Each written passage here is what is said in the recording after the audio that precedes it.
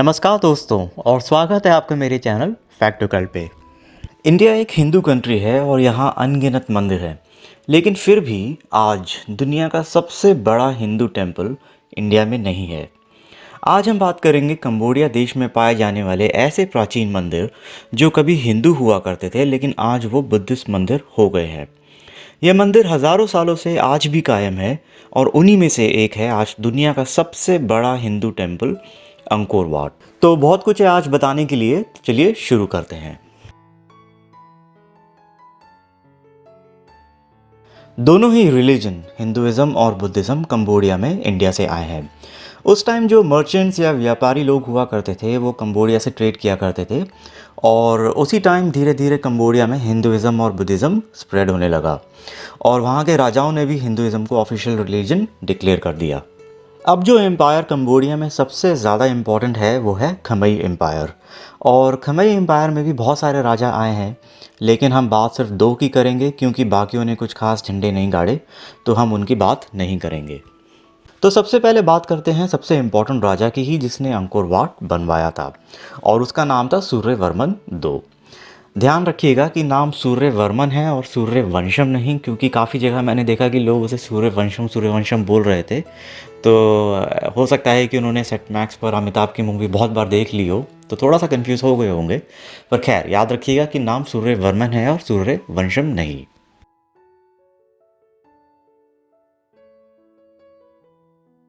Suryavarman कह सकते हैं कि कंबोडिया का चंद्रगुप्त मौर्य था, क्योंकि उसके शासन में ही खमई एम्पायर ने सबसे ज़्यादा एक्सपैंड किया था। अब सूर्यवर्मन बचपन से ही भगवान विष्णु को बहुत मानता था और सूर्यवर्मन से पहले जो राजा हुआ करते थे या तो वो भगवान शिव को सुप्रीम गॉड मानते थे या उस टाइम पे बुद्धिज़्म ने भी काफ़ी पॉपुलैरिटी गेन कर ली थी। तो जब सूर्यवर्मन पावर में आया तो उसने भगवान विष्णु को सुप्रीम गॉड घोषित कर दिया और उन्हें डेडिकेट करने के लिए उसने ये अंकोर वाट मंदिर बनवाया था। अब अंकोर वाट मंदिर इतना पॉपुलर और इतना इंटरेस्टिंग क्यों है? सबसे पहले तो अंकोर वाट दुनिया का सबसे बड़ा रिलीजियस मॉन्यूमेंट है और दुनिया का सबसे बड़ा हिंदू टेम्पल ही नहीं बल्कि सारे रिलीजन्स में सबसे बड़ा मॉन्यूमेंट है। उस टाइम पर कंबोडिया में जो टेम्पल्स होते थे वो ईस्ट डायरेक्शन को फेस करते थे, लेकिन अंकोर वाट वेस्ट डायरेक्शन को फेस करता है। अब इसके पीछे क्या रीज़न है वो हिस्टोरियंस श्योर नहीं है, लेकिन कहते हैं कि जितने भी भगवान हैं वो ईस्ट डायरेक्शन को फेस करके बैठते हैं और क्योंकि विष्णु भगवान सुप्रीम हैं और बाकी भगवानों के सामने बैठते हैं तो वो वेस्ट डायरेक्शन को फेस करते हैं, इसलिए मंदिर को भी वेस्ट डायरेक्शन में फेस करते हुए बनाया गया था। दूसरी थ्योरी ये कहती है कि वेस्ट डायरेक्शन को डेथ से एसोसिएट किया जाता है और मंदिर में भी जो चित्र बने हुए हैं वो काउंटर क्लॉकवाइज डायरेक्शन में है, जो फ्यूनरल राइट्स या अंतिम संस्कार को सिंबलाइज करते हैं। कहते हैं कि सूर्यवर्मन दो के मरने के बाद उसकी जो राख है या एशेज हैं उसको भी यहाँ पर रखा गया था, लेकिन इन दोनों में से कौन सी थ्योरी सही है इसका कोई भी सबूत नहीं है। मंदिर के अंदर जो कार्विंग्स बनी हुई हैं वो तो उल्टी डायरेक्शन में हैं ही, लेकिन वो हिंदू माइथोलॉजी को भी दिखाती हैं। तो आपको वहाँ महाभारत में हुए कुरुक्षेत्र युद्ध, भीष्म पितामह की मृत्यु, स्वर्गलोक और नर्कलोक, समुद्र मंथन और भगवान विष्णु के कुर्मा अवतार या रावण के 10 सर की कार्विंग्स भी दिखाई देंगी। अच्छा, रावण के 10 सर से याद आया कि उसको सोने में तो बड़ी प्रॉब्लम आती होगी। हाँ, या तो वो पीठ के बल सो सकता है या पेट के बल सो सकता है, तो वो करवट तो बदल ही नहीं पाता होगा। तो पता नहीं कैसे मैनेज करता था। अगर आपको पता है तो आप मुझे नीचे कमेंट बॉक्स में लिख कर बता सकते हैं। खैर, इस टेम्पल में 5 टावर्स हैं। नॉर्मली फ़ोटोज़ में आपको 3 दिखाई देती हैं, लेकिन एक्चुअली में 5 टावर्स हैं और ये 5 टावर्स जो हैं वो माउंट मेरू को रिप्रेजेंट करता है, जो हिंदू माइथोलॉजी में सेंटर ऑफ द यूनिवर्स में लोकेटेड है। इसलिए उस वक्त लोगों का मानना था कि ये जो टेम्पल है वो भी सेंटर ऑफ द यूनिवर्स में लोकेटेड है।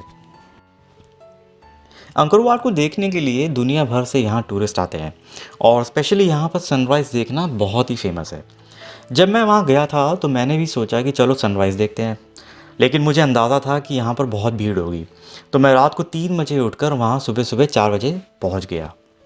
और जब मैं वहाँ पहुँचा तो देखा कि वहाँ पहले से ही लोगों की बाढ़ आ रखी थी। तो मुझे लग रहा था कि मैं चालू हूँ, लेकिन लोग मुझसे भी 4 कदम आगे थे।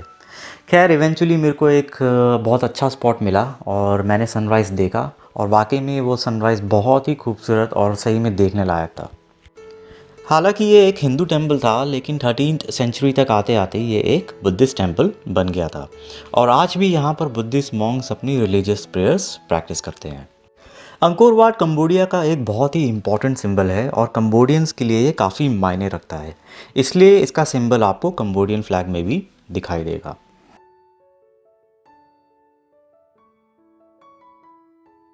अब सूर्यवर्मन के मरने के कई सालों बाद एक और राजा आया जिसका नाम था जयावर्मन 7। और जयावर्मन को कंबोडिया का ग्रेटेस्ट किंग भी कहा जाता है। कह सकते हैं कि वो कंबोडिया का अशोक था। जयावर्मन की दो बीवियां थीं और वो दोनों ही बुद्धिज़्म को फॉलो करती थीं। इससे जयावर्मन काफ़ी इन्फ्लुएंस हुआ था और वो भी बुद्धिज़्म की टुवर्ड्स काफ़ी डिवोटेड था। और बाकी राजाओं की तरह ये इतना क्रूर और इतना अत्याचारी भी नहीं था। इसने एक नई कैपिटल सिटी की स्थापना की थी जिसका नाम था अंकोरथोम। और सिटी में एंटर करने से पहले दोनों ओर आपको देवता और असुर शेषनाग से सागर मंथन करते हुए दिखते हैं। इसी सिटी अंकोरथोम के बीचों बीच जयवर्मन ने एक टेंपल बनवाया था जिसका नाम था बेयॉन टेंपल। और बेयॉन टेंपल को स्वर्ग और पृथ्वी लोक का इंटरसेक्शन माना जाता था। इस मंदिर की खासियत यह है कि यहाँ लगभग 200 पत्थर से बने हुए मुस्कुराते हुए चेहरे हैं जो चारों दिशाओं में देख रहे हैं। और चारों चेहरों की स्माइल भी काफ़ी डिफरेंट है।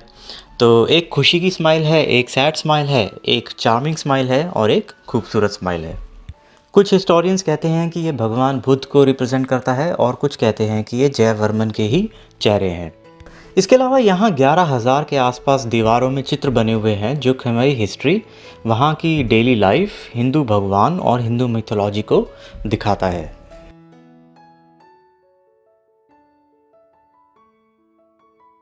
एक और हिंदू मंदिर जो बाकी मंदिरों से काफ़ी अलग है वो है यहाँ का बांतेश्वरी मंदिर, जो भगवान शिव को डेडिकेट करने के लिए बनाया गया था। ये एक ऐसा इकलौता मंदिर है जिसे राजा के दो मंत्रियों ने बनवाया था, यज्ञवराहा और विष्णु कुमारा। इस मंदिर के अंदर जनरली टूरिस्ट को जाने नहीं देते हैं, लेकिन जब हम वहाँ पर गए तो वहाँ पर हमने गार्ड से थोड़ी बहुत दोस्ती कर ली और गार्ड्स ने हमको अंदर जाने दिया। और जब हम अंदर गए तो हमने देखा कि वहाँ पर पत्थर से बने हुए हज़ारों साल पुराने शिवलिंग रखे हुए थे। इस मंदिर को खमेई आर्ट का ज्वेल माना जाता है और इसका कारण है कि यहाँ की दीवारों में की गई डिटेल्ड कार्विंग्स। कहते हैं कि इसकी कार्विंग्स इतनी अच्छी हैं कि ये कोई औरत ही बना सकती है, इसलिए इसे सिटाडेल ऑफ द वुमेन भी कहते हैं। यहाँ की कार्विंग ज़्यादातर देवताओं को दिखाता है, लेकिन बाकी मंदिरों की तरह यहाँ पर भी आपको हिंदू मिथोलॉजी के सीन्स दिखाई देंगे।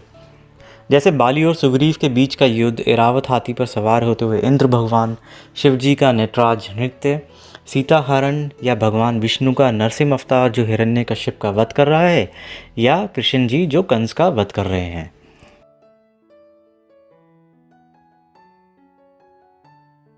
मंदिरों के अलावा एक और जगह जो काफ़ी इंटरेस्टिंग है वो है कबैल्स पेन, जैसे वैली ऑफ 1000 लिंगास भी कहा जाता है, क्योंकि यहाँ पर रिवर बेड में आपको 1000 शिवलिंग दिखाई देंगे। इसके अलावा यहाँ हिंदू भगवानों के स्टोन कार्विंग्स भी हैं, जैसे शेषनाग और विष्णु जी, शिव जी, ब्रह्मा जी, राम जी और हनुमान जी। ये कार्विंग्स यहाँ पर रहने वाले तपस्वियों ने बनवाए थे और उस टाइम के राजा उदय आदित्य वर्मन 2 ने यहाँ एक गोल्डन शिवलिंग का अभिषेक भी किया था। वैसे सारे ही राजाओं के नाम में वर्मन लगा रखा है तो थोड़ी बहुत तो कन्फ्यूजन हो ही जाती है। वैसे तो कंबोडिया में बहुत सारे टेम्पल्स हैं जिसके बारे में हम बात कर सकते हैं, लेकिन अगर मैं एक एक करके सबके बारे में बताने लग गया तो बहुत टाइम लग जाएगा। इतने में तो आप कंबोडिया ही घूम कर आ जाएंगे। तो आज के लिए बस इतना ही करते हैं। उम्मीद करता हूँ कि इस वीडियो में आपको कुछ नया जानने को मिला होगा। अगर आपको ये वीडियो अच्छा और नॉलेजेबल लगा तो आप मेरे चैनल को लाइक, सब्सक्राइब और शेयर कर सकते हैं। तो चलिए मिलेंगे अगले वीडियो में।